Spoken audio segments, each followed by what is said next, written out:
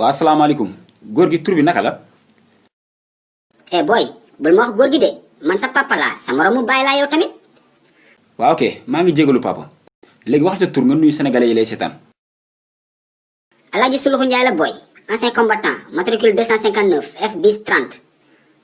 waaw ok dégg naa la góor gi léegi est-ce que mën nga ñu wax lu woon sa tànk tey fii ci Lego Comedy.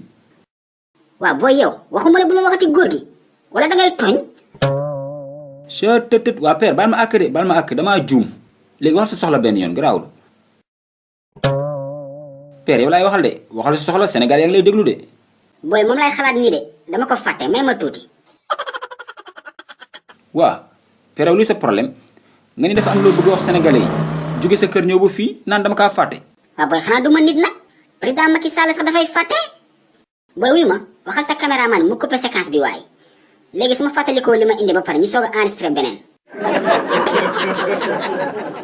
waaye kii lu muy wax nii da nga foog ne am nañ jot boobu yow góor gi. mais paa bi mbéj na ma de yow. waaye ma lay dugal ku nga naan mbéj dinaa la def lu raw mbéj góor gi nga may woowee laa bëgg nga ba ko.